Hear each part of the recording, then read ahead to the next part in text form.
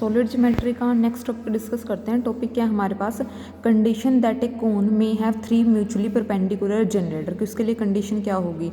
तो ये हमारे पास कोई भी कोन की इक्वेशन है, तो कंडीशन हमारे पास क्या होगी वो मैं आपको दिखा देती हूँ कि जब ये हमारे पास इनके कोफिशिएंट का x square plus y square plus z square के कोफिशिएंट का सम जो है वो 0 हो जाए तो हमारे पास कोन के पास 3 म्यूचुअली परपेंडिकुलर जनरेटर होते हैं। ठीक है, तो इस कंडीशन को एज इट इज लर्न कर लेना। If a plus b plus c equal to 0 then the cone has infinite number of set of 3 mutually perpendicular generator.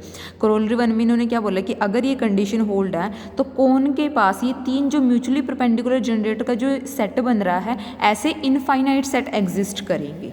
ठीक है, next if the general equation degree represent a cone then the condition it may have 3 mutually perpendicular generator is this. ठीक है, इस पे based example करते हैं।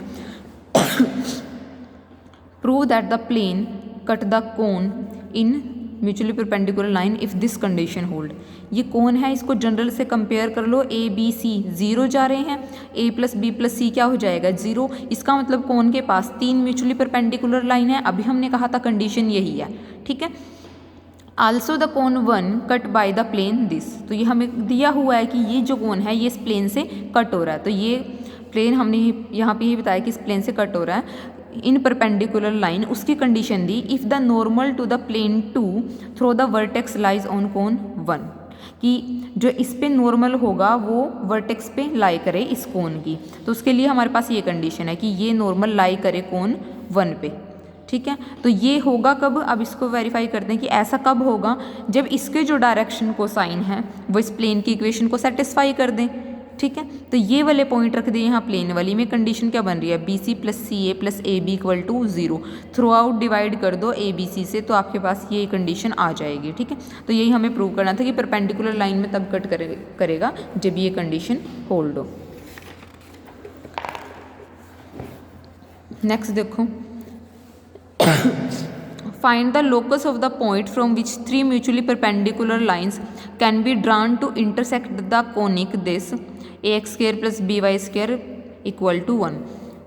तो ये हमारे पास कॉनिक गिवन है।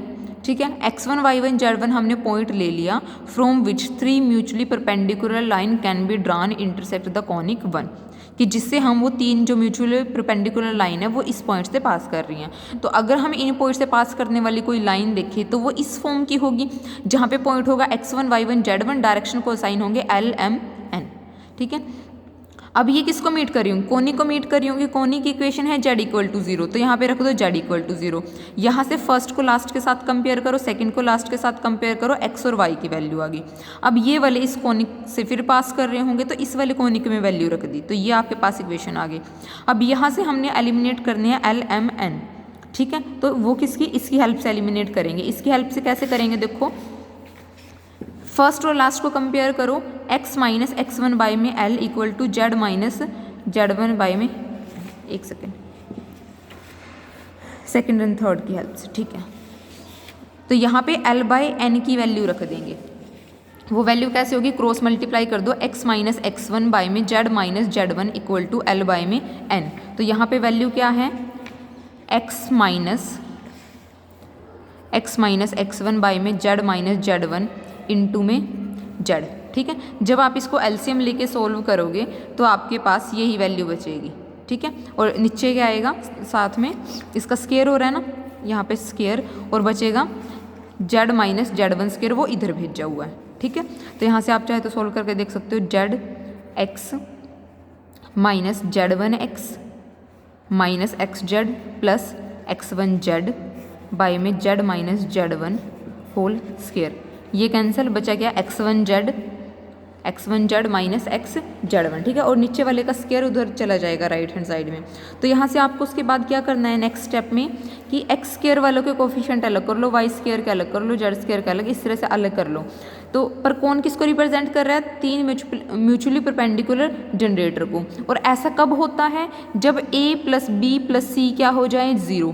a क्या था, एक्स स्क्वायर का कोफिशिएंट, तो यहाँ पे ये ए का काम कर रहा है, वाई स्क्वायर का कोफिशिएंट बी का काम कर रहा है, और ये किसका काम करेगा, सी का। तो इन तीनों के कोफिशिएंट का सम क्या हो जाएगा, 0। तो इन तीनों के कोफिशिएंट का सम क्या कर दिया, 0। अब locus of x1 y1 z1 क्या बनेगा, रिप्लेस कर दो x y z से, ठीक है, और कोफिशिएंट z के कंबाइन कर लिए, ये आपके पास रिक्वायर्ड कंडीशन थी, ठीक है।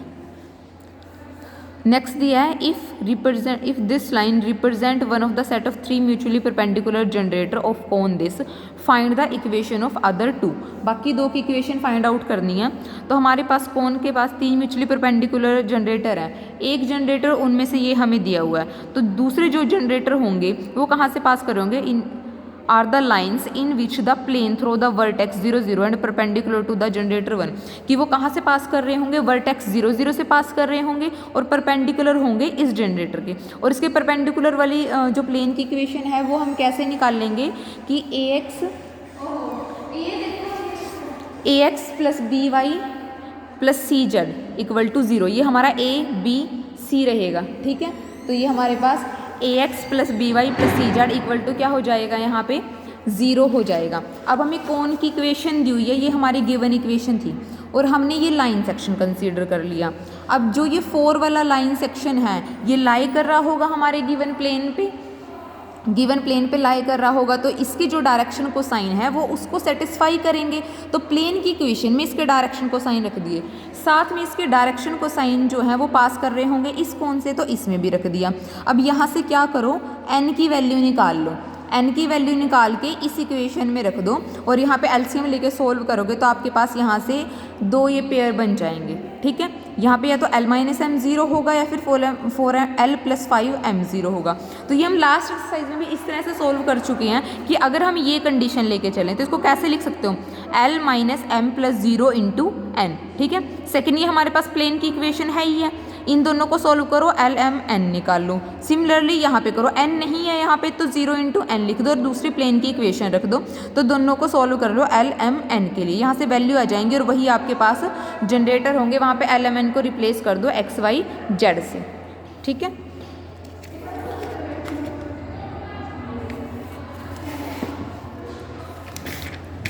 ये हमारे पास एक एग्जाम्पल है मिसलेनियस में, इसको देख लो साथ में। Condition that a cone may have 3 mutually perpendicular tangent plane, तो उसके लिए क्या है कि A capital B plus capital C 0 होना चाहिए और इनकी वैल्यू क्या आपको गिवन है कि ये कंडीशन होल्ड हो।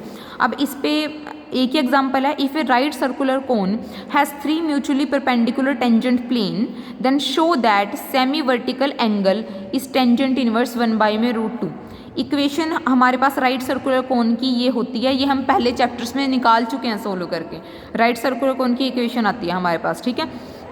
अगर वो 3 म्यूचुअली परपेंडिकुलर टेंजेंट प्लेन है उसके पास तो a प्लस बी प्लस सी क्या होंगे, 0। a की वैल्यू रख दी, b की वैल्यू रख दी, c की वैल्यू रख दी। अब इस इक्वेशन को इस जनरल इक्वेशन से कंपेयर करके इन सारे कॉन्स्टेंट की वैल्यू निकाल लो। यहाँ पे जो हमारे पास b देखो, b क्या है 1 है, c क्या है, c होगा टेंजेंट स्क्वायर अल्फा, ठीक है। f क्या है 0 है तो f 0 हो जाएगा, यहाँ पे आएगा माइनस टेंजेंट स्क्वायर अल्फा, ठीक है। यहाँ से माइनस हो जाएगा ये इधर आके माइनस टेंजेंट स्क्वायर अल्फा।